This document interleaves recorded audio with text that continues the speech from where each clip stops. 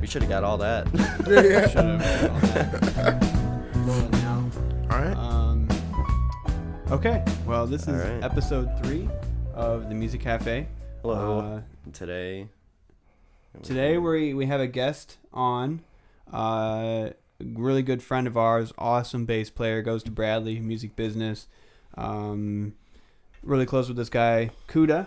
Hi, everybody. the one and only Kuda. And Yeah. I'm gonna be honest with you, Kuda. I have never tried to pronounce your last name. Now that I think about it, you've never said it. I've never ever said it in conversation. How do you pronounce your last name, Kuda? My last name is pronounced Masunungure. Okay. See, we went over that before, and then I forgot it.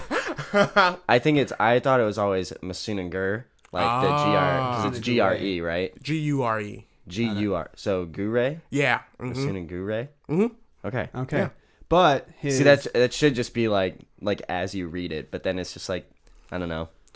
Stupid English. Yeah, right. It sucks, man. Yeah. But his social media presence, everyone knows him as the Muffin Man. Yep. Mhm. So Yes. we are calling this episode, Do You Know the Muffin Man? And Yep. they do. You They- guys do know the Muffin We Man. do know the Muffin Man, Well, yes, that's for sure. And if you don't, you're gonna know. If you don't know, now you know. Yeah. Now we know. And if you don't want to, stop listening. Or continue listening. Right. Exactly. Appreciate Never it. stop listening. Capitalism. Am I right? What? All right, Absolutely. whatever. Yeah. So last week we touched on, we talked a lot about artist marketing and Taylor Swift, and then got into like some of the new, as a new artist, what can you do to be successful, both in marketing and other stuff. And today we thought maybe we would go more in depth into that with Kuda, who is he's a musician. He performs with a lot of groups. He's also runs a studio at Bradley. Has experience in a lot of these facets. So I think that's where we're going to head to. So I want to touch, the first topic is going to be like songwriting as a new artist. Well, Joe writes a lot of songs. I don't personally, but I do a lot of recording and work with new artists. So first one is songwriting. So how do you guys go about that? So, I mean, oh boy. I mean, weren't you starting to write stuff? Yeah. Never, Yeah, I never I've heard anything about that. See, the thing is, like, I feel like my perspective is a little unique in the sense that, like, since I want to pursue recording as a career, but I started music, in a band, writing songs with my friends. Right. I kind of, like, see the struggles of both sides of it, like, because when I start As writing in, stuff, like you want to push the boundaries of one and the other, more like or both at the same time, or like when I start a song, when I start writing a song, I have an idea of how it sounds in my head, you have this idea and it's in a melody in your head, and then when it's come try time, and exactly, actually like physically grasp that and figure out how to make that idea a reality. Exactly. It's probably the hardest part. Oh, yeah. Especially if that's the way you're starting. Yes. If the idea is starting out in your head, a lot of times the more successful stuff, like even for me, I'm sure you're the same way, and I'm sure tons of people are the same way, that you will have the idea in your head and you try to go play it. One, you can't find the notes for it, Yeah. or it ends up becoming a different song. It's almost impossible to figure out how to get the idea from your head onto paper or into the keyboard or whatever instrument. Oh yeah. But like usually songwriting for me has been more successful when I make it up on the spot. Yeah. Like if I'm just sitting at the keyboard, I'm just jamming, and like an hour or two passes by and I stumble across a great lick or an idea or something, and then I just start jamming off of that. Maybe in 10 minutes I've got a full song structure. And Yeah. it's just like it just happens, which is the most Natural. it's the most natural, and it's a lot of fun. The other way, where you're coming up with the idea first and then trying to like create substance out of it, oh my gosh, it's a struggle. That's tough. It's such it doesn't happen all the time, but like when it does, it's really like it's hard to grapple with, because there have definitely been times where I'll just be sitting around on a Saturday playing my bass, and then like bam, like that, a whole song is just in my head, right? Yeah, it just happens. Yeah. It's yeah. And so when that happens, I'm totally thinking about like, how can I actualize this? Like, what do I need to do to make it happen? And that's when my brain goes into producer mode. And like, it's weird to do that, because I feel like it's the hardest to record your own stuff, because you're nitpicking everything about it, and you're like, that doesn't quite sound right, and like you lose perspective. And you can easily lose perspective, especially when you're sitting there for hours on end. Oh yeah, trying to nitpick at these things and trying to be a perfectionist, where you can't get it right every time. And I'm sure the most famous recordings that you've heard, those were not the perfect. It wasn't the envisioned idea of the artist, like like Jack White or something. He's quite a perfectionist, but I'm sure the ideas that he comes up with are not actually how they turn out in the recording. It's just whatever was the best take and just what worked for him. So, yeah. What about writing songs with a band? Writing songs with a band, I think it's easier. Yeah, it's a lot easier. Yeah, you have so many ideas.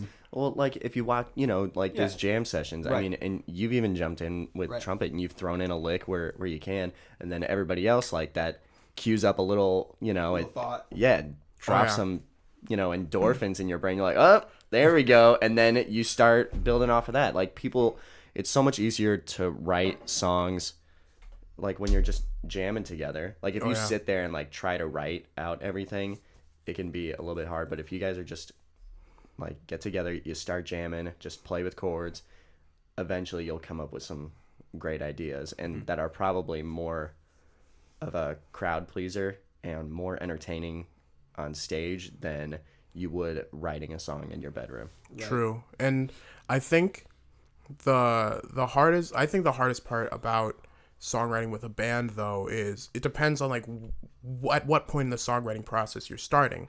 So if you're starting out and there's nothing, everyone just has their instrument and you're just jamming on chords, that's I think where it becomes super easy, because then it's everyone is pitching in actively and the song is made by everyone. But if it's a situation where it's like, like I come to you guys and I'm like, hey, I have this idea for a song. I have like a loose structure and some chords and a rhythm. And then we try and jam on it and it starts to become different.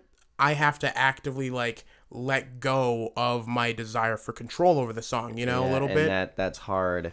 I mean, that's great that you have that intention that you're like, I'll just kind of let this flow and see how it, like I'll let the leash off a little bit. Yeah. But a lot of people are not. It's hard. Perfectionists. And and then that's when like politics come into play and all that. Yeah. And I've dealt with that tons of times, and I don't really care. It is their song, so they can write. But there have definitely been times, I mean, me and you, where we're just like, no, we should try this, and it's like, no, we can't. And I was like, all right. Yeah. But and like I see both sides of it, because it's like it's that person's song, and it's like it's like a part of definitely them, and understandable. That like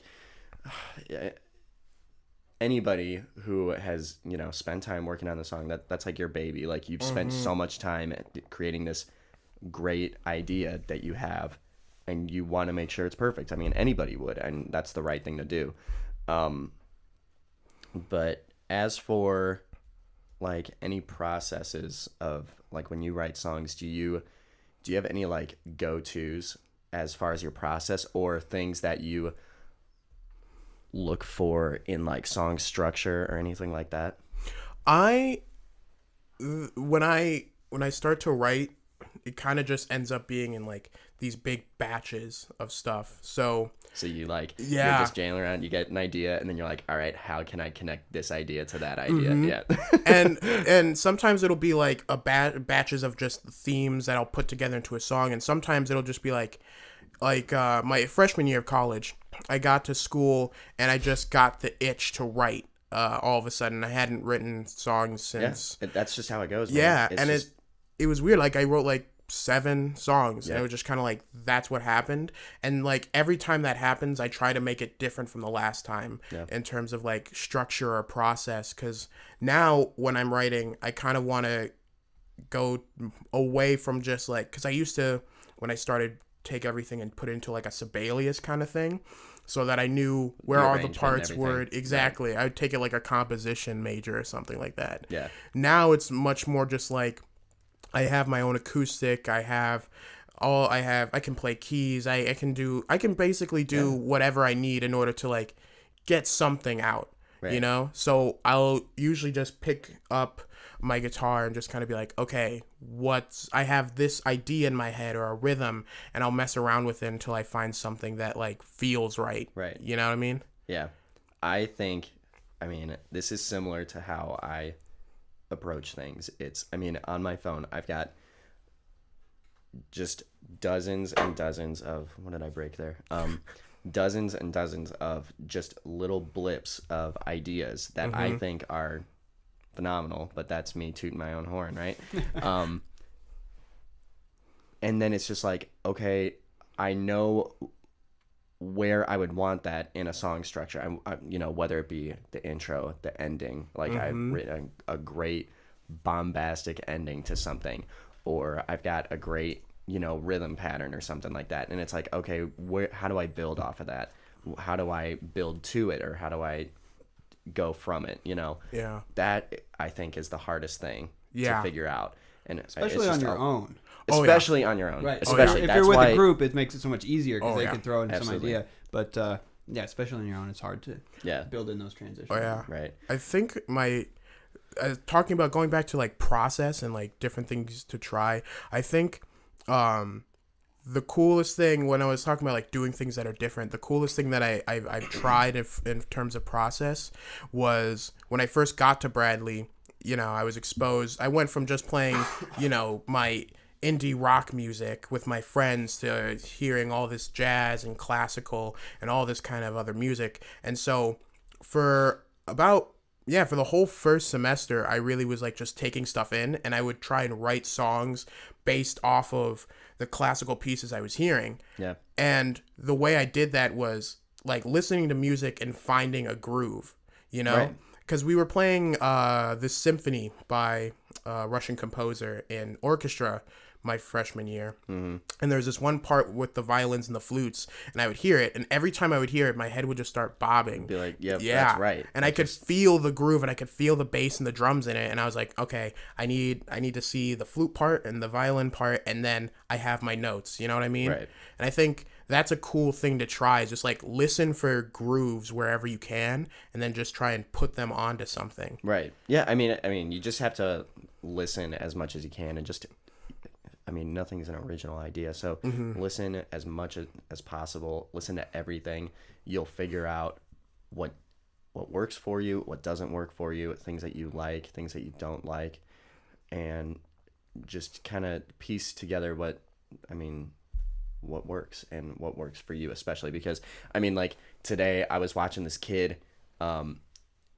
it was about that OP1. Some YouTuber was giving one away, but he had a contest of like who can make the best cover of one of my songs or something like that. This little 18-year-old kid, he made a jam, dude, of this dude's whatever song. It wasn't that great or anything, but this kid made like an instrumental funky jam, and he was a phenomenal player on many.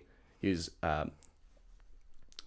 had like a MIDI controller, but he was doing like a Rhodes with a B3 sound and an actual bass, and he was grooving, dude. He was great. Anyway, it's beautiful. And a saxophone too. Dude, it was so good. Anyway, so like I was listening to it and I was like, dude, this is phenomenal. I want to start doing stuff like that. But then I'm like, in reality, it's like that's not how I write things anyway. So I shouldn't try to be someone else. Yeah. That is a huge factor. And then also because I got discouraged. I was like, dude, I shouldn't be doing this. This kid's phenomenal. He's 18 years old. Yeah, right. And you can't be like that either. Right. A lot of people don't listen to funky instrumental tracks, and it doesn't matter what other people like anyway. It's just about what you like, and it's just about having fun, and that's what creates the best results anyway, just when you're having fun and just making something because you enjoy or you wanted to hear something like this. Yeah. Right. Well, yeah, and whatever genre that you want to write in, listen to that genre all the time, which I'm sure you already do because that's the genre you're writing in. That's Right, and I'm sure if this is like the genre that you want to listen to and you're super familiar with it, right, then you know it. You right. know Yeah. all You the know ins and what you outs want of it it to- and all the what you want it to tricks. sound like. So you should expand from that and see what else you can figure out and Sure. how to contribute back to that genre. Right. I'm not really a songwriter. I've never really tried. And when I've tried, it's been a disaster, which is always what happens when you first try, right? Okay. The only thing is that you've never shown anyone a song that you've ever written. That's true. Yeah, so I need to work on that. but anyway, you're hard on yourself right now. I'm going. Same with Kuda. I still need to hear your stuff. Yeah. You've only played it in front of me, but go on. Sorry. Right. Well, That's true. As a trumpet player, when you study jazz, as I've done, you listen to nothing but jazz 24/7, right? And then when you work on improvisation, which is like songwriting in real time, it's you listen to other people and you actually learn their solo so that you can take that style and get those ideas and throw them into your own. Right. Yeah, you solos. figure out all these great licks and how to incorporate them. So what you want it to sound like. So like listen a lot, get ideas, but then learn how to make it original. Right. So as for like your process of how we begin a song. So let's say this is tough. This is tough to jump into. So, I mean, I'm sure if you are starting a song out there, you've already come up with an idea. And if you don't, the best way, this is probably the craziest way of doing it. So this is more for people that don't want to stick to actual notation. So like when I come up with a song, I actually I almost envision it as like a plot line. Like I'm not even kidding. When I was coming up with all those songs when we recorded them in the basement at the studio. Yeah. I'm not a big fan of those songs. I want to rewrite them and everything. Sure. But at the time, I'm not kidding. I would draw out like a plot line. Have you ever seen like a plot curve? Oh yeah. Where it's like the introduction, and then what does it go to? It goes to the conflict resolution. Oh, like and then like in a movie. like that. So Yeah. what I would do is I would write these things, and it would be like real steady, and then I want them to expand and like a quick stop and things like that. I would want these like certain effects for the listener. Be like a visual for you to help you understand where you're going. Exactly. Nice. So this was one way Not a that bad idea. this is one way that I really, and when I write stuff, it's mostly based on instrumentals. I don't do lyrics or anything like that. So what I'm looking for are certain effects that are going to grab your attention and grab my attention. Mostly it's just things that I wish I was hearing in music. So, there's that's just what I try to do. It's just like, I really like this. I want to hear this. So just build these instrumental tracks, but I try to create and visualize and try to draw it on paper as best as I can how to create these effects and how to build to these effects and how to structure them throughout a song. So like for a regular songwriting, basically what you want to start with is you've got, intro, verse, chorus, verse, chorus, and then you've got bridge, and then 2 choruses at the end. Right. Yeah. So one more time for you songwriters out there. This is the song structure. This is your basic song structure. It does slip by really easily without being super obvious. Right. If you know this structure, you can hear it 1,000 times. You'll hear it every single time on the radio. Right. Yeah. It is intro. Verse or intro, verse, and sometimes the intro is like a piece of the verse piece or of the piece chorus. Yeah. It's usually a lot of times, but essentially what you want is a verse 1, verse 1, chorus, verse 2, but verse 2 needs to have something Different. a little bit different, Right. Yeah. at least in instrumentation or vocal performance Right. to make it interesting. Right. And then you do chorus, which is exactly the same as the first one. Right. Then you do a bridge, and then 2 more choruses. Right. And then 2 more choruses can be something a little like bigger, more Right. instrumentation, And a some real, sort of climax, right? Right. Yeah. And a real like kind of easy way that recording artists do it today is they'll just add another track of like soloing on top of it. Right. Any Taylor Swift song. I'm sorry to go back That's to Taylor okay. Swift.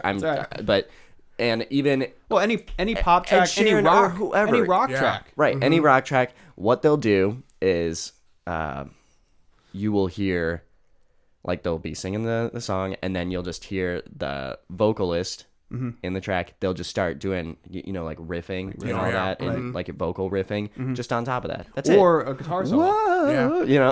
And then sort of guitar solo on top of the normally like what you've already heard before. it's the same thing. Same You just thing. add just a little bit more to it. Right. And then there's the R&B method where you just start moving up keys, start moving up whole steps, and that's always a fun one. Yeah. Right. Changing keys. Yeah. That gets a little complicated. Okay, cool though. That's awesome. That's some good insight. But after you write the songs, you then have to record them, right, in some fashion. And Kuda and I mean, we've all had really good experience with this, and we can all offer different insight. As a new artist, when you approach recording, what do you think is the best way to do that first time? As a manager of a recording studio, what are your tips for your artist before coming in? So, my brain is split two ways on this a little bit. Like from as the producer and just the guy who's actually going to record and mix and all of that, I would always stress to the artist to like play your song to a click. Get comfortable with a click track and like have an idea of a little bit of the technicalities, like how fast is it going to go? Are there any spots where the time changes or anything like that? Or even just if you like the fact that you speed up at some point in the song, because that's something that happens a lot of the time. Artists will just speed up in that last chorus or something like Naturally. that. Yeah. Mm-hmm. Right. And if that's something you're aware of, then, be cognizant of that and be like, is that something I really want in the song? So that way it just kind of susses out a little bit of that anxiety people get right when you go in for the first time and you're looking at the guy and it's like, all right, here we go. And you just hear this tick, tick, tick. So playing with the click track, like it's very intimidating. It is very intimidating. It's the important thing for that is one, it, like you kind of touched on it, it eliminates some of those inconsistencies in the tempo of the song and everything else. But especially if you're going to do any overdubs. Yes. Right? If you're going back over and recording a solo or another guitar track or vocal track or whatever it is so much easier to play that overdub to a click track. Oh, yeah. Right? It's nearly impossible to play with just the natural recording because there are so many inconsistencies, and even the pros can do it. Even the pros have gone and there's so many inconsistencies there. So here's the pro tip here. Yeah. So stepping back to the songwriting, that's where all the emotion goes. Right. That's where you want to build all these feelings and expressions, and that's where that happens. Get an idea of what you want Get it to sound the like ideas at the end. of the effects and the songwriting, lyricism, the vocal performance. How do you want that to convey to people, and what kind of emotions, and just pour it all out there. That is not part of the recording process. No. That is a big misconception. Yeah. That like you need to be very emotional to have a great solo. No, you figure that out beforehand, and you should know how to perform that again, because if it worked at the time of songwriting, it'll work later. I agree with that about 80%. Joe. I think you're totally right. But like if you're expecting, what I'm saying is like if you're expecting to wing out a solo, it's not gonna purely work. on emotion and stuff, it's not going to work. No, I get what you're saying there. There is some songwriting to the recording process because the producer or other people can throw in ideas and you can. But yes, you do want to come into the studio with like a solid idea of what your songs are, what you want it to sound like. The direction you want to go, what the key parts are, the vocal lines and all that kind of stuff. I agree with you there. So click track is very important. Performance, knowing the song, the songwriting, very important. Yeah. I will say, as a guy that got started recording by going to Guitar Center and spending $250 on a USB recording interface, I would recommend like doing that first. As a young artist, get something to record your stuff with, whether it be your iPhone or a laptop or go to Guitar Center, buy like a $200 mic or $150 mic or something like that. Yeah. That way you can get it down and get an idea of what it actually sounds like. Dude, or even a cheaper mic. Yeah, Like, just get the $50. cheapest supplies that you can. Right.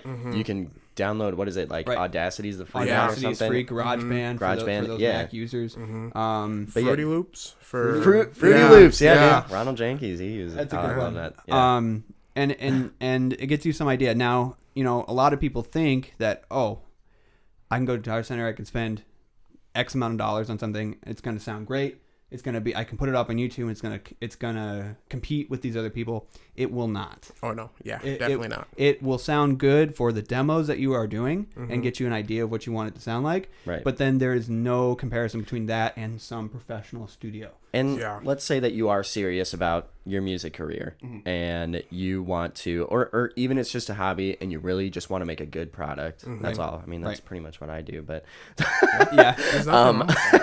anyway, like the best thing that I have found is that you can just get the cheapest products that you can for creating and recording the music. So go out and just get some bum microphone. So what you would want as your signal flow for a recording is you want your instrument, you want some sort of microphone to record it, or a direct line from like an electric guitar. Yeah. But either microphone or electric guitar line or something like that needs to run into a preamp audio interface. You can pick one up for like $110. Like the Audio Technica one is like 110 to 150. One or two channels, USB, or even one. If you're just a solo artist, all you Right. really need is one. But two helps. If you want to sing and play at the same time. Anyway, you need to put that into your computer. Let that record into GarageBand or some sort of other audio or digital workstation. Right. Yeah. But piece together these songs, figure out how you want the songs to go, and do all the recording beforehand. The recording's not going to be great in your bedroom. I mean, unless you are a mixing wizard and you've just you have stellar equipment, right? Yeah. Right. If you wanted to compete, though, make the investment later. Yes. Save up the money while you're doing your recordings, Yes. and then take it to an actual studio and re-record. Like, record your stuff, learn the recordings that you just recorded on your computer, and then go re-record them on good equipment at a studio. Yep. That is the best way. Spend the money. You'll just spend the money, and if you're good at this, it'll pay off. It will pay off. Future, Absolutely. for sure. Because I think, like one thing I just thought about while we were just chatting is when you're about to go into record, like you can do all this prep, you can learn all your songs, get everything down and stuff like that. But I think something that like really will help, especially if you're going in for the first time, is, and this is like sort of like right in between the songwriting and the recording, is find your dream artist. Like for me, when I started writing songs, my like idols were the band Two Door Cinema Club, right? Oh yeah, Dude, they're great. I was in love with them, and like that band was. I used to watch their interviews all the time. You just hours of YouTube. Yeah. Oh yeah, it was it was How bad. old were you? I was 14. Oh damn, dude. I actually didn't get into music until I was like 14, like 13 going on 14. Well, I started like piano lessons like in 5th grade, which is late, honestly. Usually kids start piano lessons like first grade or something like that. Lessons in fifth grade. Right. Yeah. Who's the guy that you listen to all the time, like I listen in high to school Wayne and stuff? Oh, and to be honest with you, in high school playing trumpet was more like a side thing. Oh, okay. I never practiced. You're a big Foo Fighters guy, though. I'm a huge. So in high school, I was big into rock. This is totally off subject, but big into rock. And then in my hometown of Fruitland, Iowa, everyone listens to country music, so I listen to a lot of country music. Totally worn out on that now. Right. But I didn't really start seriously playing the trumpet until I came to college. And practicing with or taking lessons from Dr. Kelly, that turned around real quick. I listened to Wayne Bergeron. He is probably my favorite trumpet player. He's a lead. If you ever heard the Incredible soundtrack or any Disney movie or most pop song with trumpet, you have heard Wayne Bergeron play. He is the top studio player in LA. Amazing guy, huge trumpet sound. Super nice dude too. Super nice guy. Nice. He is That's not Who we got? egotistical at all, like a lot of trumpet players are. He That's doesn't really when he cool. sits Just there like and a lot plays of- trumpet, he doesn't play high and loud all the time. He just like He sits plays there the and part. Like plays he's the a part. good, yeah. Yeah, But I got a chance to meet him when we went out to L.A. Really? for our trip. Yeah, he was Yeah. one of the guest speakers. That like, Yep. who's the composer out there that Carl knows? I always blank on his name. The guy from Family Guy. Yeah. Oh, why am I blanking on his name? It's David Wesley. David Yeah, Wesley. yeah, that's David it. Wesley. So we went to his house, and La Bamba and Scott Yes. Healy from Conan's band, Yep. and then Wayne Bergeron came. Yep. Whoa. And all three of them, awesome dudes. Right. Like, yeah, it was Damn. it was a fun time. But yeah, we were just chilling out in the living room and just hanging out with La Bamba. And side note, totally derailing here. Yeah, completely. La Bamba, I sent La Bamba a friend request the day after, or like that night on Facebook, because I figured out his real name. Yeah. Because we were talking to him, you know, Right. and I figured out I found his Facebook, so I sent him a friend request. He just accepted it like a week ago. Oh my god. It's like 3.5 years later, he accepted my friend request. I'm like, so I'm friends with Scott Healy and La Bamba on Facebook. Oh, Yeah, that's- dude. that's Yeah, pretty great. Yeah, I'm That's real amazing. popular. Anyway, Getting go back to yeah. Okay, so what were we talking about? We're talking about you're a Foo Fighters guy. Foo Fighters Yeah. guy playing the trumpet, and then got into listening to jazz music in college. Where were we going with that? where I was going, I was gonna say that I don't remember. before you go into record. Oh, yeah, here we go. Like, have an artist, like your dream artist in mind, and like tell your producer what that band is, and be like, I really want this song to sound like What You Know by Two Door Cinema Club, or I want it to sound like Everlong by the Foo Yeah, Fighters. just what you're trying to emulate. you know? Exactly. And that not only gives the producer like a technical end goal in terms of the sound And and, the the mix, mixing yep. techniques, but it also gives both of you or everyone involved in the project like a point, like a point to Just a strive focal to. point. Exactly. Yeah. And you know? you're on the same page, give or take, you know. Right. You know.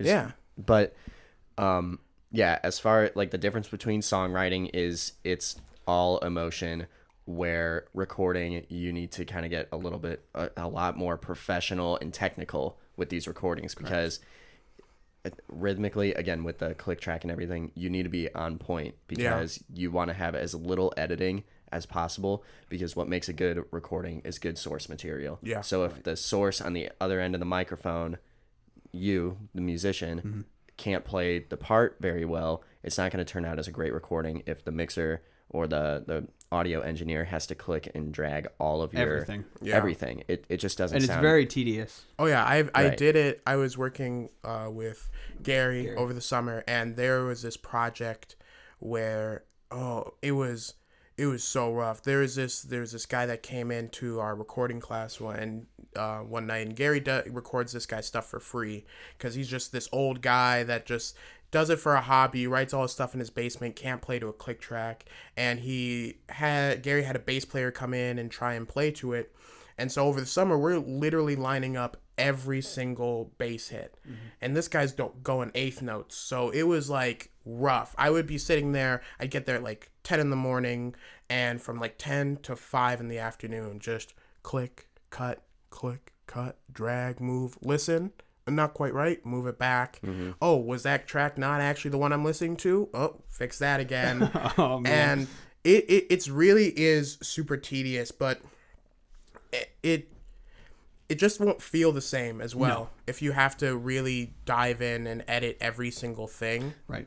there really is, like, it honestly is like a magic in your songwriting if you can actually perform it and it's a natural like element. Like if you're messing with all the tricks and in Pro Tools or GarageBand and all that, and you're putting all these effects on it to cover up what is really a bad recording, like what the microphone picked up, it's not going to turn out as a great product. You want a great product beforehand. What mixing is just a way to Enhance. and make it it's competible, and that's not even a word, but competitive. Yeah. It's kind of like presentation, in the market. you know what I mean? It's just the presentation of it. It's Yeah. just a nice little good way to finish put on it. the end. Yeah, exactly. And you want a good product. Like, you can't, if you're writing a report in school, you can't cram all the material the night before, or you have to give a presentation. You can't cram all the material the night before. It's like when you make a PowerPoint and you didn't practice the presentation, and then you're just reading the PowerPoint behind you. Oh yeah. Never. So looks good. maybe the PowerPoint looks nice, you got nice pictures and everything, Yeah. but the presentation is terrible, or the source material is terrible, but the presentation looks like a real PowerPoint, right? But it's not. It'll never be there. There's no substance to it. Exactly. So you need to have the actual source material. So good. One other thing I did want to point out. Sure. A good little thing. This is for like artists that write the songs and then they want to bring it, to the stage. Mm-hmm. That's their main goal. They want to perform on sure. stage. That's actually the next topic. Okay. Is playing shows. Yeah. So good transition. This is great. And so it's weird when you're a songwriter. This stuff kind of all happens at once, but this hopefully will help you kind of get footing as to what you're supposed to be doing if you're really having a struggle. Right. Write your songs, then go perform them while you're saving up to take it to the studio. If you're a stage performance artist, they are your songs, and I'm sure they're great. But if you want to succeed as a stage performer, they need to communicate to the audience. So the best way to do that is take them to open mics and things of that nature, or even real shows, play at, parties and stuff like that. But figure out what is actually getting the crowd moving. Yeah. Right. So play your songs. If something's not working with that song, figure out something to change it. Maybe even a little bit, maybe just a little bit of different rhythm or something that it needs to get people moving in the crowd. This is what makes a good performance. Your songs aren't perfect. I'm sorry to tell you that. They are not perfect to everyone. But if you go out there and people are moving, then you're doing something good. If nobody's moving, you need to change something up just a little bit. Yep. Yeah. So with that, you can, one, have your demo recordings done. You've learned the songs. You go perform them. And then if you need to tweak them, you can go and change that, or at least make a mental note of that, so when you take it to the studio, you can have that good recording of things that are going to get the crowd moving on recording and on stage. Yeah. That's a good point. And I, on that topic, playing shows. So you can sit in your bedroom or in the basement or whatever as a band or as a solo artist. You can practice as much as you want. You can be tight reading the music or just playing together. Nothing will prepare you more and make you tight as a group, or tight as just a solo songwriter, than performing. Yeah. Performing equals like 7 or 8 practice sessions. Yeah. Just sitting there and being under a little bit of pressure on the stage. Practice sessions together. For sure. Yeah. Oh, absolutely. Practice your part aside and then bring it to the crew. But But then like when you go out and play, that it actually counts, a whole lot more towards your ability as a musician and the tightness of you as a musician, than just sitting in your bedroom and practicing all the time. Makes you so much more aware of how you're playing it, what you're playing, obviously the audience interaction, what works, what doesn't. So yeah, that's going to prepare you a lot for the pressure of sitting in a studio and being behind the mic and the guy being like, all right, here we go. Yeah. Cause and that's the thing about Bradley with like the whole recital lab thing. That's the whole idea, is like, because for that course, it's no credits, which nobody likes, but the whole idea is you have to get up in front of people and perform, because like we can be in the practice room, literally 8 hours a day, have our piece perfect, but if we get up in front of people, you feel like it's perfect, and all you really know is just the notes. Exactly. You could even work with your lesson instructor and be like, oh yeah, this sounds good, but then when you go up in front of your peers and you start biffing, it's like, yeah, you've played it, you've practiced it, it's technically perfect, but if you can't convey that to somebody, then what's the point? Because music is for people. It's not just or even worse, that you're in the practice room and you have been messing up these parts, but you don't notice it because you've been hitting that same part and just start like you'll be playing through the notes, you're like, oh, and then trip up and then start from there. Yeah. And you don't notice it after a while. Right. Yeah, you just ignore it. So then when you take it to the stage and then when there's people watching you, and then you hit that part that you've always been just kind of skipping over, then that, you know, it's embarrassing. And it should be. I mean, it's good that you finally like made that note. So it's really good to get out and play these small stages or small audiences to figure that out. Now, as a young artist, how should you go about? Obviously, the open mics are like free and they're advertised. Usually, you can just show up and play them. Yeah. But how do you go about finding shows and booking shows to play? See, that's where things get a little tricky. You can go the cold call method. You know, you can literally just look up venues, call them up and be like, hey, do you have any spots? Or find, like, give them times that you're available on their schedule and things like that. And you know what? I think it's just unavoidable. Someone you're going to have to cold call, whether it be, you know, your connections with your friends that have a band and say, hey, do you mind if I like do like an opening set for you? Like, you know, 15-minute set or something like that. But you're going to have to cold call them at some point, or just drop it in cold in conversation, or like you're saying, call up the venue and be like, hey, I'm trying to play some gigs around here.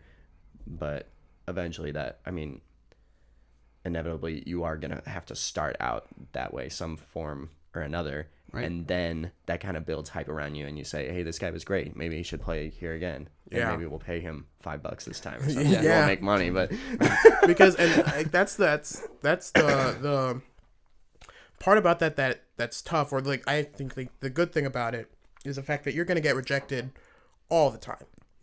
If you make 100 calls, you might get 20 responses, just actual people responding. Exactly. And you know, emailing you back or calling you back or whatever.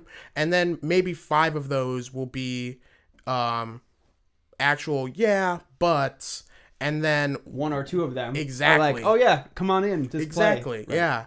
And I think that aspect is almost as invaluable as performing, is learning how to be rejected and how to like present yourself. And that kind of jumps into the marketing a little bit about being an artist, but like that's figuring out what works with the crowds and everything. You're gonna get the rejection at some point. Comedians do the same thing. When they don't figure out their jokes on a pad of paper, they go out to clubs and stuff like that, and then they pretty much riff these jokes on the spot, and they try them out, and they figure out, well, what didn't work about that joke, and so on. It's the same thing. You know, you have to try it out in front of people. Don't be afraid to get rejected.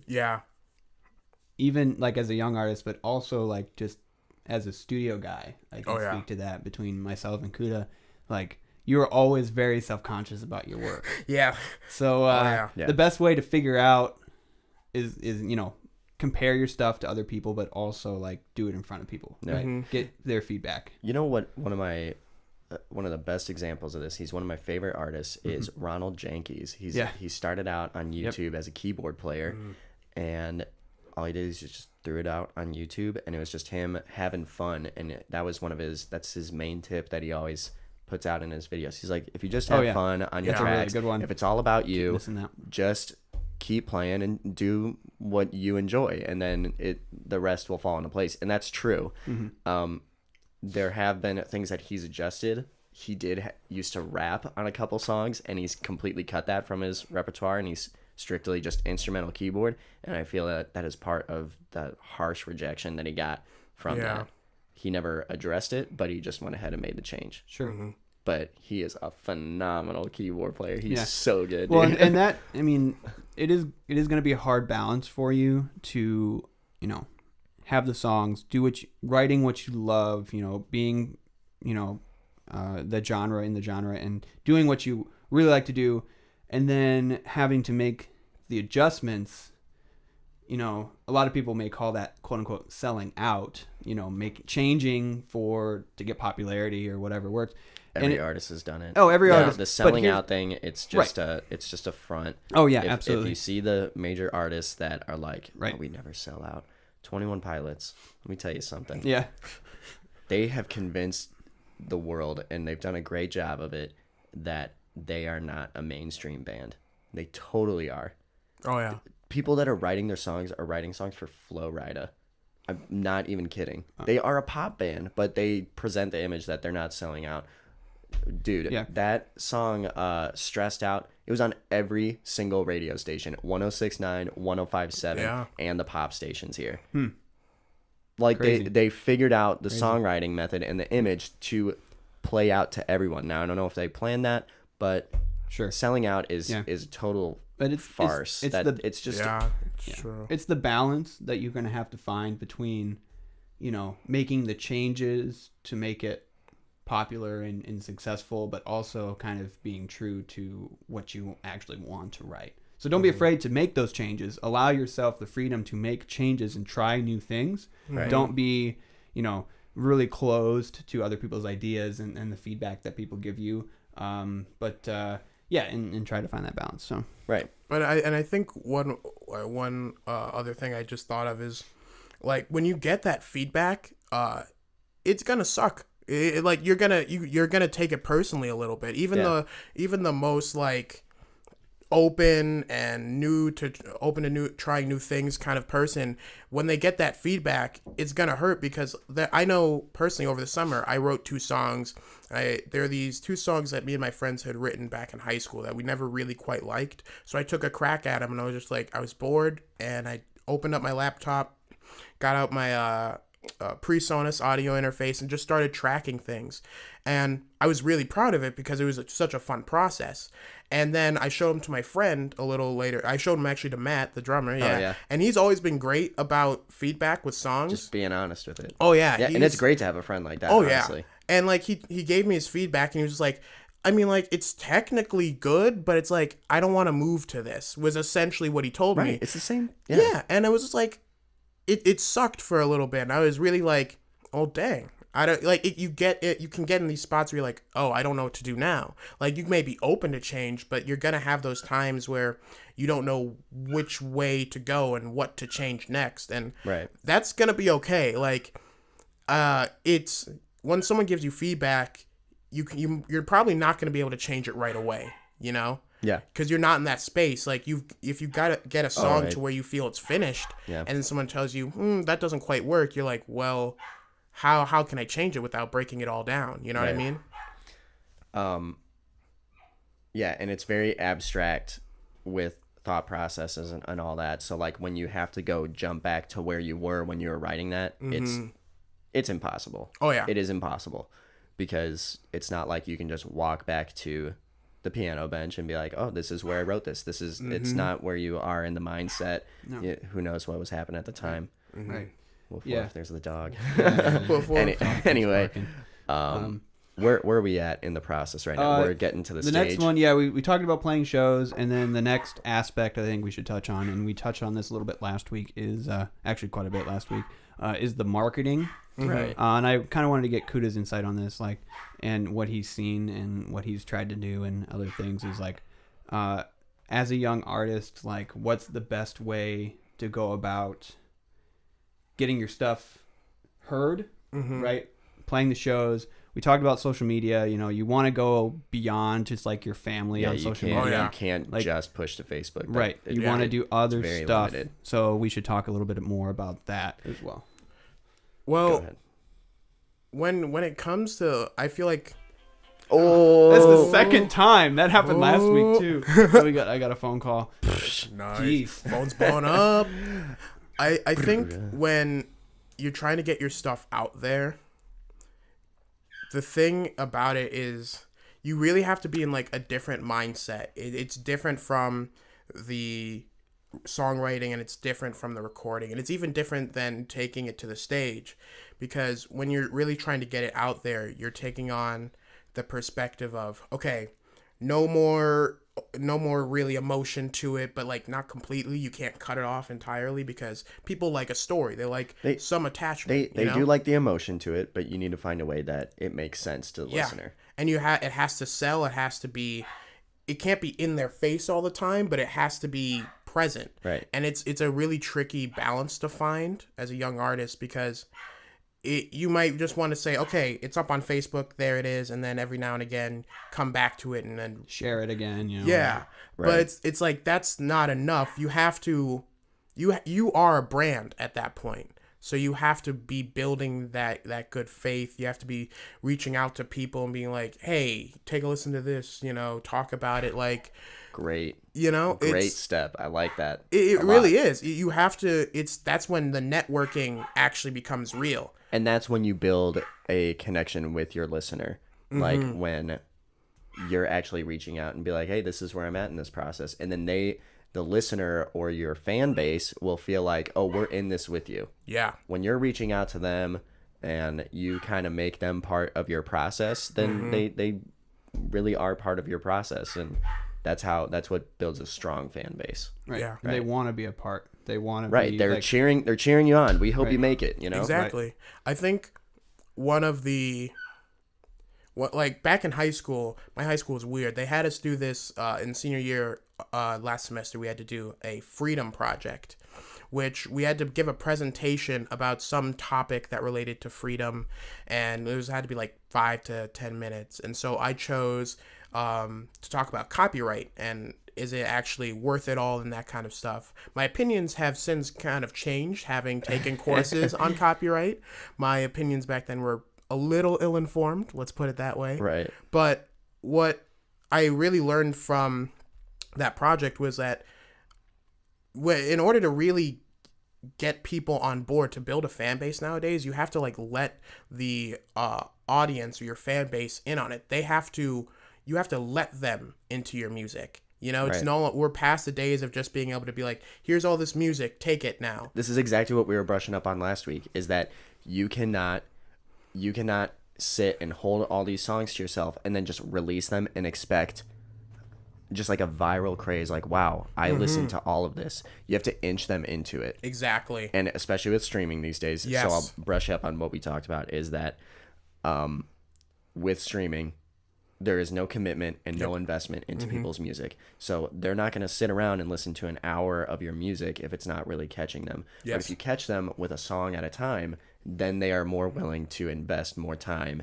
into listening to an EP or a long play. Especially if they have seen you before and feel like They're a part of your the process. Right, Yeah. exactly. So they're like, wow, that was a great song. I hope you make more of these. And then they keep listening to your stuff. They're looking for that experience again. And maybe you're successful at it. You give them that experience of, wow, this kid is really good, over and over again. They are more invested into your music now. Yeah. They are becoming a fan. Yes. So you have to release these songs one at a time. But then what I was brushing up on with the Spotify and the streaming format these days is that major labels or the independent labels that are bought by major labels, how. Anyway, Yeah. the new artist will come out with a single. So it's just like how a new artist anywhere, local or, global market or national market, would want to do it. You release the single, you build a buzz, you try to grab a fan base or a market. Then you move on to another single to generate some more hype. And then if you have enough buzz and enough of a fan base that is interested in an EP, you move on to the EP, and then you release that 1 or 2 singles again. Or with a new mix, or even the same exact songs again. Yeah. So then you get another set of clicks and plays on those, as well as the singles that you did before. Yeah. So that has double the amount of plays now, or twofold or fourfold, whatever, on your EP. And then they do the same thing again for a long play. So if people really like the EP, you do the same thing. Those 5 songs that you did on the EP, you move it to the long play, and then you add like 5 more songs onto that. So that's how you build a fan base, basically. Yeah, and then the labels look you at inch it. them onto a full album. Right, Yeah. they look at it and they say, oh man, this guy's got X number of plays because people listen to the single, then they listen to it on the EP, then they listen to it on the album. Right. And it seems a little bit calculated, but even like understanding the process, like even if like us, like, musicians that know this, like even when you get invested in a new artist, you still feel that sensation of like, oh, I really hope they make it, because it is true. Yeah. If there is buzz behind it, they will move on to the LP. We can, as studio you guys, can have as many songs as you want possible, but if you do the right marketing, you can make it there. That's right. Or you can release all the songs at once and no one will ever listen to it, and that'll be the end of it. It'll be a total waste of time. Right. As studio guys, we know the difference between an artist that's just like in there trying something, never gonna go anywhere, whether for whatever reason, and then a guy that comes in or a band that comes in that knows their stuff, that has emotional basis behind it. They're committed. They're committed. They're good. And then you're like, wow, these guys, we hope that these guys continue to do more stuff and be successful. But then we also know that because of that, they will eventually, achieve some level of success. You would hope, but Yeah. there is a difference For sure. very recently in how you should be marketing your music. It was for a very long time until a couple years ago, where you would try to build hype on an album release without ever releasing anything. So you would just be like, the album's coming soon, make sure you're watching for this, and you post a picture of you recording the album or something like that. Right. That only works very rarely, even for major artists. That doesn't really work anymore. You have to release singles beforehand. Oh yeah. And then give your audience an in into the process and the feeling behind it. Yeah. Oh, yeah. Some little comment, be like, Facebook let me know live what you video think, of the studio, or like Instagram live, or some sort of behind the scenes look, or like an actual, just like you sitting down in front of your webcam on your computer and be like, hey, listen, this is what we went through today. Yeah. This is why, really appreciate you checking it out, and here's the feeling, here's the story behind the song, or whatever it is. People love that kind of stuff. Yeah. I think a band that, like, to me, I'm personally seeing them do this is have you guys heard of the group called Wolfpack? Yes. Yeah. We were just talking about that last week. Yeah, dude, they were awesome. They're amazing, and their whole build up to releasing Mr. Finish Line, phenomenal. They dropped 5 singles on their YouTube channel. First of all, just their whole marketing strategy, starting off with like the Facebook, because they basically started off as like one of those Facebook videos you scroll by and you go, And it was the sponsored ad or exactly, something like that. Yeah, and you're just like, oh, this is really good. How do I get more involved? And then when you go to their YouTube page, you see they have, first of all, their branding, their aesthetic is very clear, which helps entirely. They have the vision set and everything. They know, if you look at a Wolfpack video, it'll be the same kind of thing every time, but it's not in a stale way. It's like, this is very clearly them.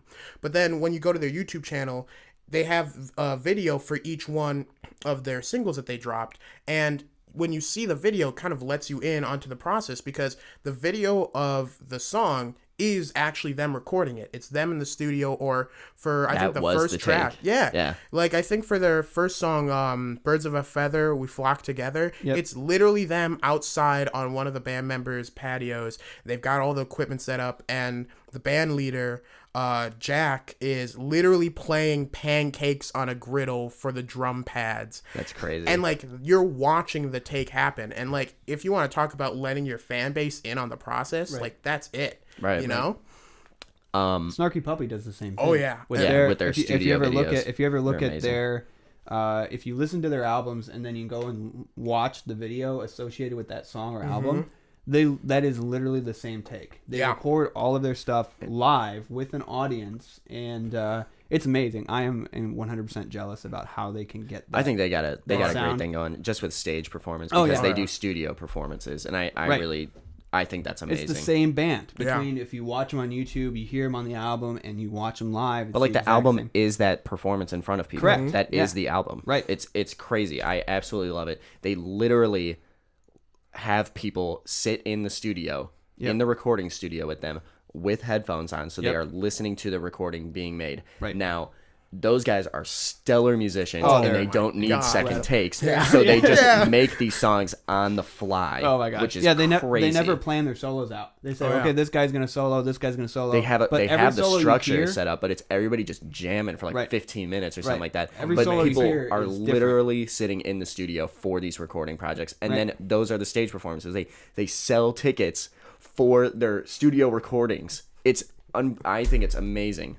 Right. And that's such a smart, just as far as like business wise, that's such a smart thing to do, to be trying to make some money back on the recording process. Even on the stage performance side, dude, smart. I think that's amazing, because I would prefer that. I mean, that's just a personal preference for me. I don't even like going to shows all that much. I mean, I don't like sitting in the pit and standing for 3 hours to watch the show.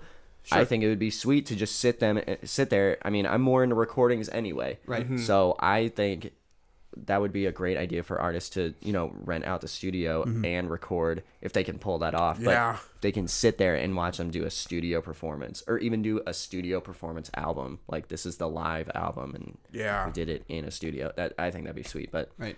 That's awesome. yeah, We're right at an hour, actually, so that's pretty good. Got those 4 topics. And anything else we want to kind of tidbits of wisdom on new artists and stuff before we move on to another topic? let's just let me see that piece of paper there. There you go. So just to break this down in summary, when you are a new artist and let's say you have songs, first of all, we're gonna just jump through this review here. Yep. First of all, you want to solidify your songs and get that writing all down. Pour out your emotion, pour your heart out and your soul out right into that song. Yep. Figure out what you need to do. In the meantime, save up for a recording and go out and play it in front of people. Figure out what kind of adjustments you need to make. Figure out the adjustments, save up the money, take it to a studio, get a real product. Get the recording, mix, mastered, the whole bit. You want it mixed and mastered. Don't cheap out on anything. Just get it done. Right. And then what was that? The performing on stage. Yeah. So yeah, hopefully you've started out doing the open mic nights. By this point, hopefully you've been talking to the right people and you've made some connections by the time that you're done with your studio process. And maybe your mixing engineer or your audio engineer does know some people that can help you out with stage. Sure. So make the calls that you need to make. Open for other friends' bands and things of that sort, or even call up like coffee shops and stuff and see if they'll do acoustic sets for you. Right. Just get started, go to stage, and then within that same time frame, do your marketing one single at a time, build a buzz, Right. and build your market on Facebook to kind of generate the metrics of your fan base. Yeah. But don't stick to Facebook to like just bring your friends to like your page. You want to bring people to your Facebook page from the real world. Because Facebook is the thing about Facebook is you got to think about it. Facebook isn't the market. It's just the best tool out there to like have numbers on it. Yeah. You know And exactly how many likes, all that stuff. When you're starting to go to larger venues, what they look at is your Facebook to see what kind of numbers you have. But only use Facebook as a metrics guide. Yes. Or as your like bookkeeping, basically. Right. Like just have your numbers on there and go figure out how to get the venue's attention. But yeah, so that's the summary of That's today. awesome. Yeah. I had one last thing I wanted to say is Sure. and this is just for the whole process is, when you're going in as a young songwriter and you're excited about this, the one thing to keep in mind is I heard this story from this YouTube channel, Adam Neely's Bass Lessons, amazing YouTube channel, and it was something that I had actually personally experienced back when we had played at Shubas. Okay. And what it was is essentially, you guys know that myth of Sisyphus, the dude rolling up the stone up the hill, And then it rolls back. Exactly. So the whole thing is that you invest all your energy and all this excitement into this event. For me, it was that gig, right? I thought somewhere in my head, I had this expectation like This was going to be amazing. Exactly. Like Right. this would make me satisfied in some way, And so we played the gig. It went fine. It was fun. And then afterward, I just felt like That wasn't the end goal. Yeah. Yeah. You just felt like, okay, I did it. Now I want to do the next thing. exactly. And it was like an emptiness. And I was just like, I'm like drained, But not in a good way. to kind of clarify that, it was like this gig for us was like, we are playing a real stage in downtown Chicago. This is huge for us. So then we played it, and it was, it was like a bar downtown and all that, and it was a real stage with a real mixing booth and all that.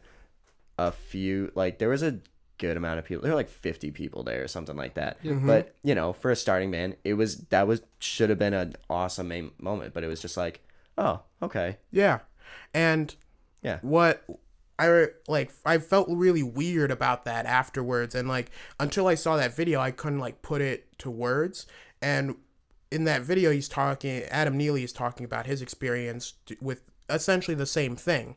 And what he said is that when you get invested into the thing, that will always happen. You know, with Sisyphus, you will always be let down. Exactly. If you get just invested in pushing the boulder up the hill, thinking that once it gets to the top, that's it, then you're always going to have that empty feeling because it will always roll back down. Yeah. But his whole advice was that you should be invested in the process, you know, because songwriting, playing gigs, all of it is you're pushing this boulder up the hill to get somewhere, and it will roll back down, but then you just start again. Don't set number goals. Exactly. Just do what you need to do to get it out there and to invest back into your music. And so do it because you love it. Yeah, do it because you love it. Don't do it to make money. That never works. Right.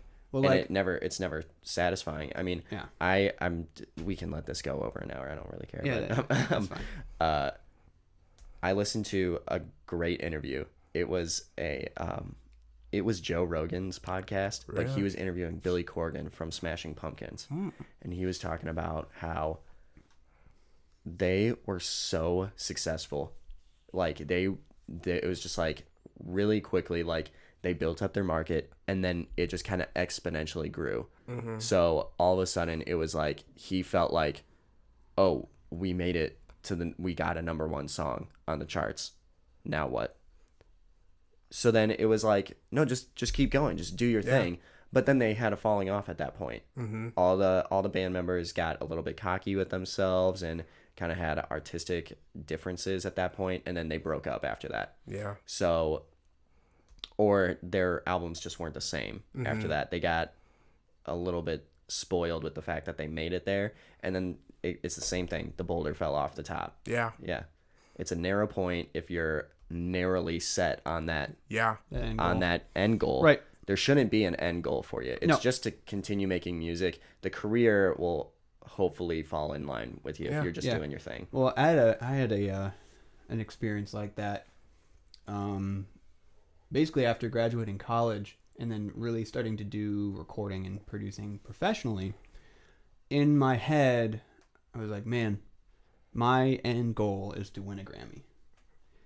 That would be awesome. I mean, I think that is still a personal goal. Sure, that is still in the back of my head. But after graduating, kind of getting into this world, that was like the thing that I was, as you were talking about, like, falling in love with the thing, right? And then I and then based on that, you sell yourself on steps and other things that you quote unquote have to do, like move to LA or move to Nashville, or oh, I'm getting too old now. Like what there are other people that are younger than me that are doing better. Like you get obsessed with that thing. And then I got to a point where I'm like, man, this sucks. I don't feel like I'm achieving anything because I'm not where quote unquote I need to be, or I'm not doing the things I quote unquote have to be doing.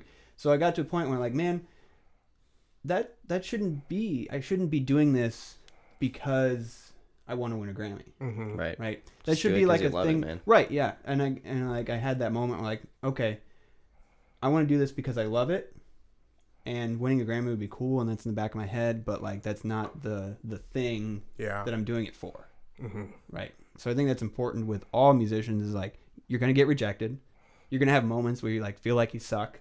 And you will suck. There are moments where you will suck for sure. I've had that. As a musician, and as a recording artist and engineer and all this stuff, you're like, man, I suck. This is terrible. But you don't learn by succeeding all the time. You don't, and you don't succeed by keeping it to yourself until you have a finished product. Yeah, you need to fail, and if your fans see you fail, then that it's fine. They're okay with that.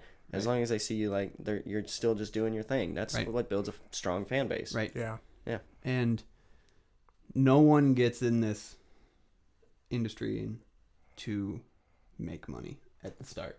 Everyone does it because they love it. Everyone does it because they love doing it. I don't know if that's totally proven, but there's some pop stars. There are definitely people who don't have long careers because they got into it to make money. They made a little bit of money and then they fell off. Right. Name who's a good artist that right now do you think is someone that got in for making money? Probably a pop star. The first name that pops in my head is Billy Ray Cyrus.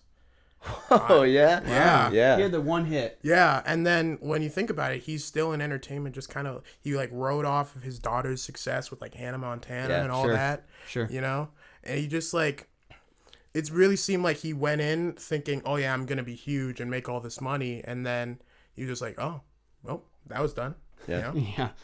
And he made the money, and then he just like Disappeared. Yeah. For sure. Guess he became a family man or whatever you do Whatever as a you- father. Yeah. Whatever Yeah. that's like. Right. Cool. Whatever. That's awesome. Some That's father. a good tip. Anyway, I shouldn't say that. So do we want to move on to the Sure. fun part? Well, the fun part, yeah. Yeah. If you guys follow the music industry at all, which I hope that you do if you're listening to this. Speaking of the Grammys. Yeah, speaking of the Grammys, the Grammy nominations for this year have come out, and we are going to make our predictions on like some of the top categories. When does this air, by the way? I just want to know so that we can give an update of like how close we were. We should like actually write this down, what we predicted, and then come back in and yeah. give an update on how we were. I'm gonna be honest right away and be like, I never follow like the Grammys or the charts or anything. Oh, like it's that. totally bogus. Like, I don't either. 'cause- it airs January 28th Now let's do this. at 4:30. The Grammys are totally bogus. Now with this vote, I want you to give the vote of who you think should win and who you think is actually gonna win.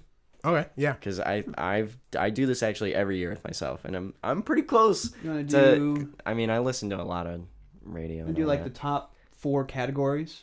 Yeah, just go until we get into like country Okay. music, and then Yeah. just things Got that we it. don't know. So anymore. the top category, of course, if you follow the music industry, is record of the year. So that's the best recording. Best record of the year for sure.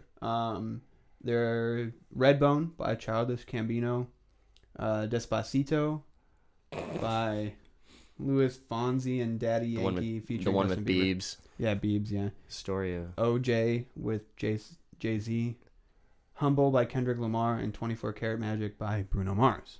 okay. Go ahead, Joe. Best recording of the year. I think best recording. I think would be Redbone was the best recording. But I think So you think that's what it? Who I should think win? that's who should win. Okay. I will say. Oh boy, this is a tough one. I would say either between Kendrick or Bruno, but I'm gonna say Kendrick's gonna take it. Humble. Yeah. Okay. Kuda. See, I think that I'm with Joe on the idea that it's all comes down to Gambino, Kendrick, and Bruno. Yeah. I agree. I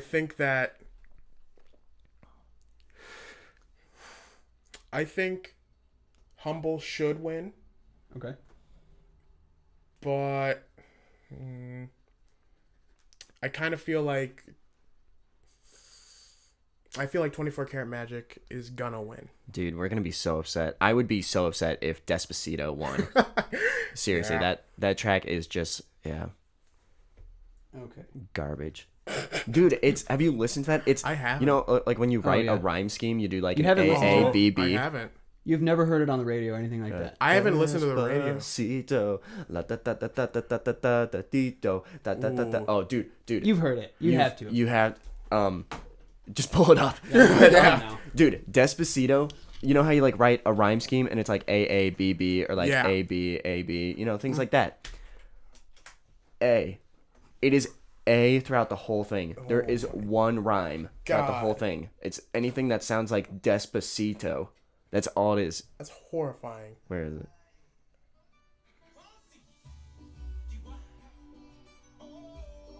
Just skip into the verse somewhere there. Why does this sound like it was definitely in a Fast and Furious movie? It might have been. Have they had a Fast and Furious since this came out? Is this the one with Biebs? Probably not. Hold on, I gotta find the one.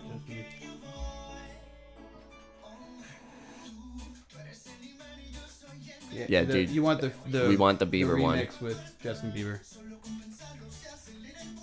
This one. Okay, this is one you hear on the radio like crazy. Yeah.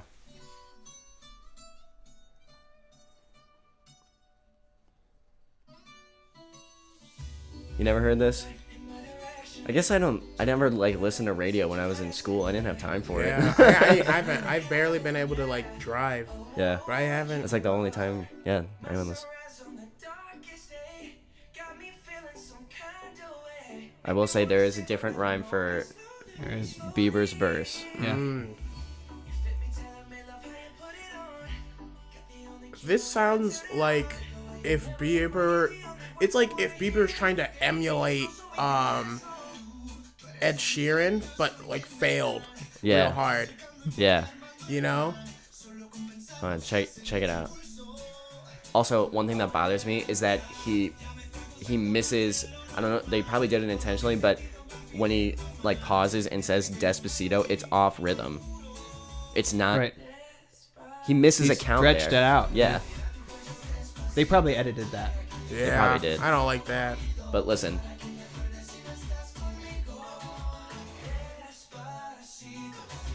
Yeah, it's really off. Yeah, it's weird. They stretched it. Somehow this is a mega hit. Yeah. Huge. Really? People. Yeah. This is like was on #1 for like For a 12 while, weeks or something long like time. that. Really long Jeez. time. All right, moving on to the next category here. Oh wait, I gotta make. Well, okay. Yeah. Do I get a nomination? Do I Yeah, get yeah, a you get prediction? your pick. I think. So record of the year. Yeah, I think. Record of the year. I think Redbone should win it. Childish Gambino is amazing. I think that 24 Karat Magic will win it. Okay. All right. Album of the year. Right. We got "Awaken My Love" by Childish Gambino. 444 Jay-Z. "Gorsh," or also known as "Damn" by Kendrick Lamar. What is that? "Melodrama" by Lord. Yep. And then 24 Karat Magic, Bruno. I will say I think Bruno should win it for album of the year. It was just phenomenal. It was great recording and songwriting. I think I'm going to say Bruno's going to take it. I think that if anything, Childish Gambino should be a close second. Yeah. It didn't have the record sales, but conceptually that album was awesome. But I think Bruno Mars nailed it with this one. I feel like Gambino should take it, just because like that record, like that's not the sound of today, but he brought it out anyway. Oh yeah, You know, and it wasn't what people, because he's been a rap artist Yeah. until this one. So, and I just but think it was still good. yeah, Yeah. I think it should, but I think it's probably gonna go to Kendrick. Yeah, Yeah, that's what I think. it's close. It's Bruno, Kendrick, and Gambino. They are stacked on this nomination list. Oh here. yeah, I think Gambino's got like 6 nominations, maybe. damn. But Yep. all right, what do you I got? think. I think I'm gonna call Gambino for both. I think he should win it. I think he will. Okay, Just so you're just because calling Gambino. I don't think he's gonna win the actual recording of the year. Yeah, I think that, like I said, I think 24 As a Karat full Magic's gonna win album. that. But I think as a full album, if you look at it as a full album, conceptually, songwriting, and all that. Yeah. I think it's gonna be. it was very artistically driven. Yeah.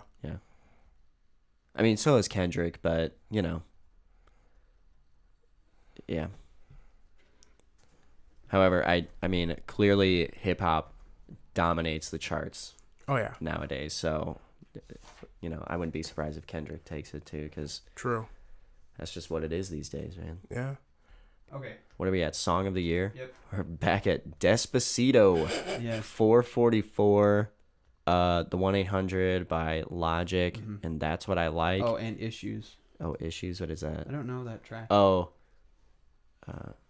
You've Got Issues, I Got Them Too. La la la la la.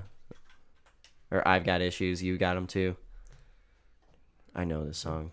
It won't win. Let's just get that out of the way. Michaels. What is this? Song of the year? Yeah.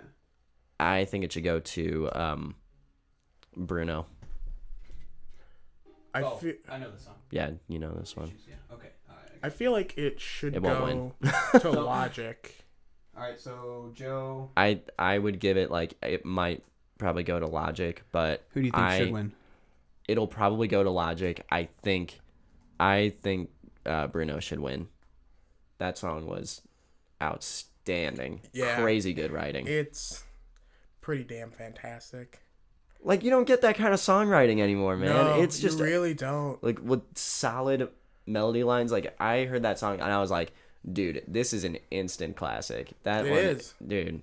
Yeah. So you're saying Bruno Should win. Logic probably will take it. Which I think that song is the worst on the whole album. I really don't like that song. Yeah. There were much better songs on that album. But all right, what do you think? I'm thinking. I personally think Logic should get it, and that Bruno will get it. And this isn't like it's flip flop. It's a little. It's so close. I know, yeah. But I feel like I don't know. I just feel like the suicide hotline thing is so. It's trending right now. Yeah, since it it speaks to our generation and like the one just below us so much that it's doing something that a lot of other music isn't right now. Right. So I think that's what's edging it out. But just like 24 Karat Magic is just so damn good. It's just great songwriting, man. It is. I mean, I get the message with the 1-800 song, but from a songwriting perspective, it's not great songwriting. It's 3 verses, and that's all it is. Yeah. And they kind of have a chorus, but it's not. Just move on. I'm not going to get into it. What are we at? Best new artist? I think that song. I think Logic should win it. Oh, for Song of the Year. Sorry, yeah. Yeah, it's okay.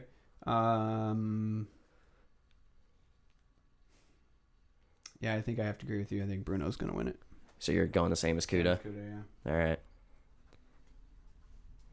Best new artist.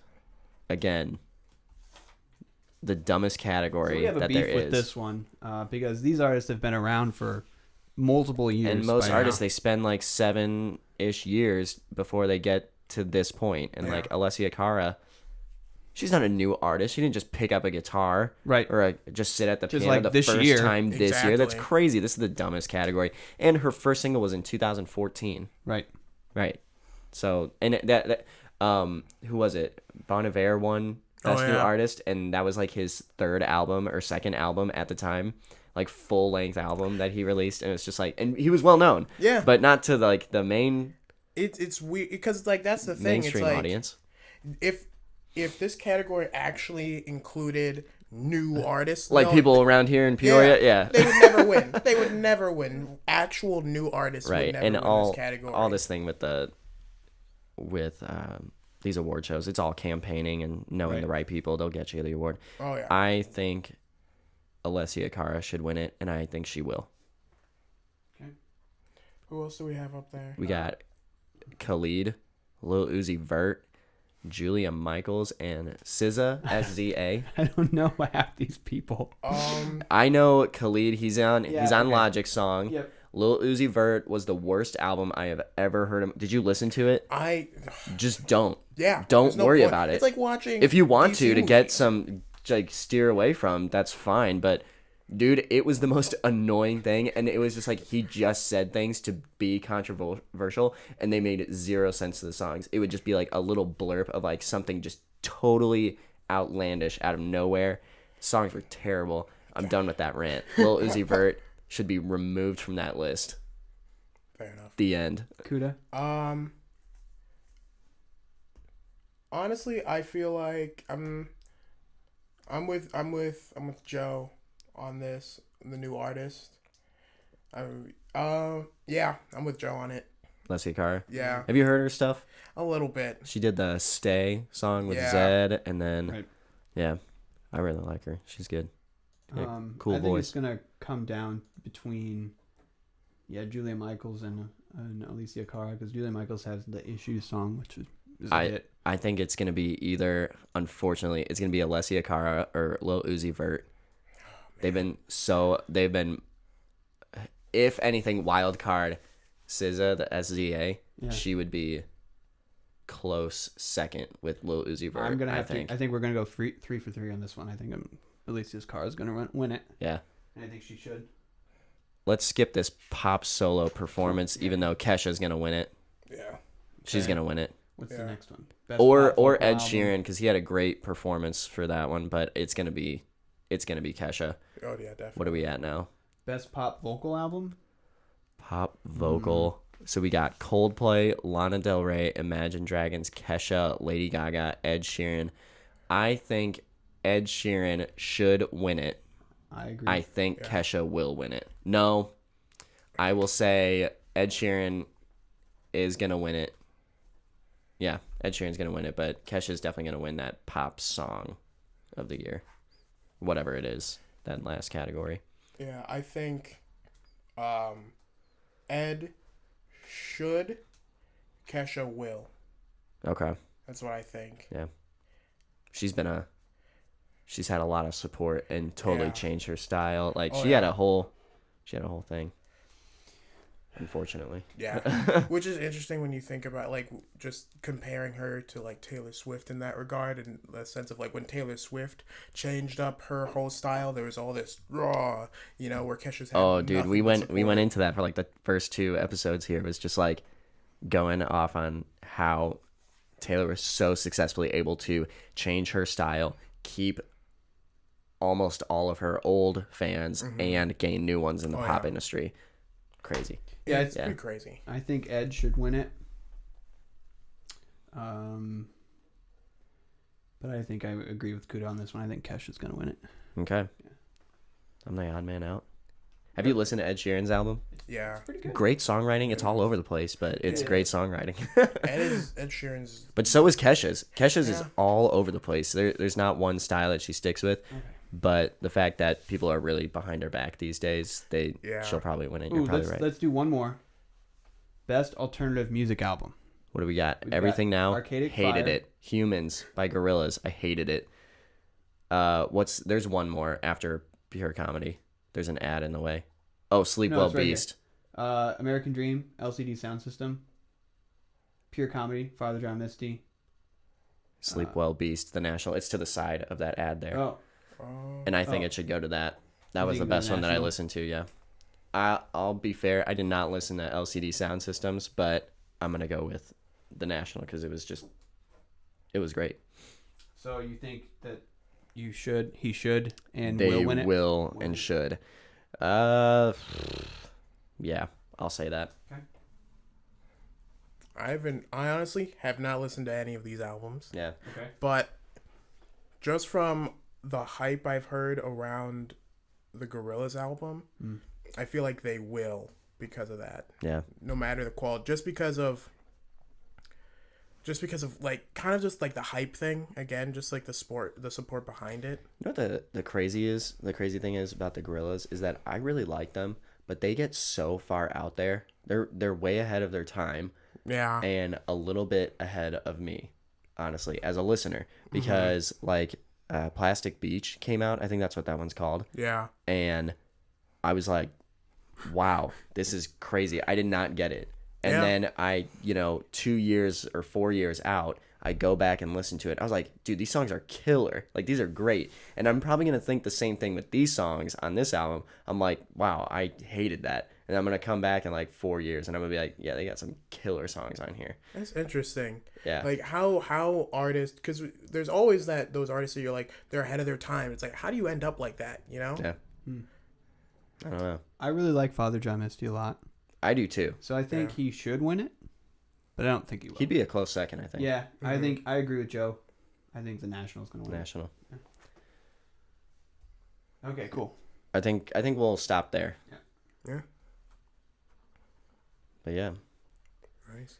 cool, man. Thanks, Kuda, for Yeah. joining Of us today. Yeah. It's a pleasure. I think we're gonna The one and only hope to have you on again. Muffin The Man. Muffin Man. Woo! This is a long one. What did we This end was up at? about an hour and a half. Oh, Nice.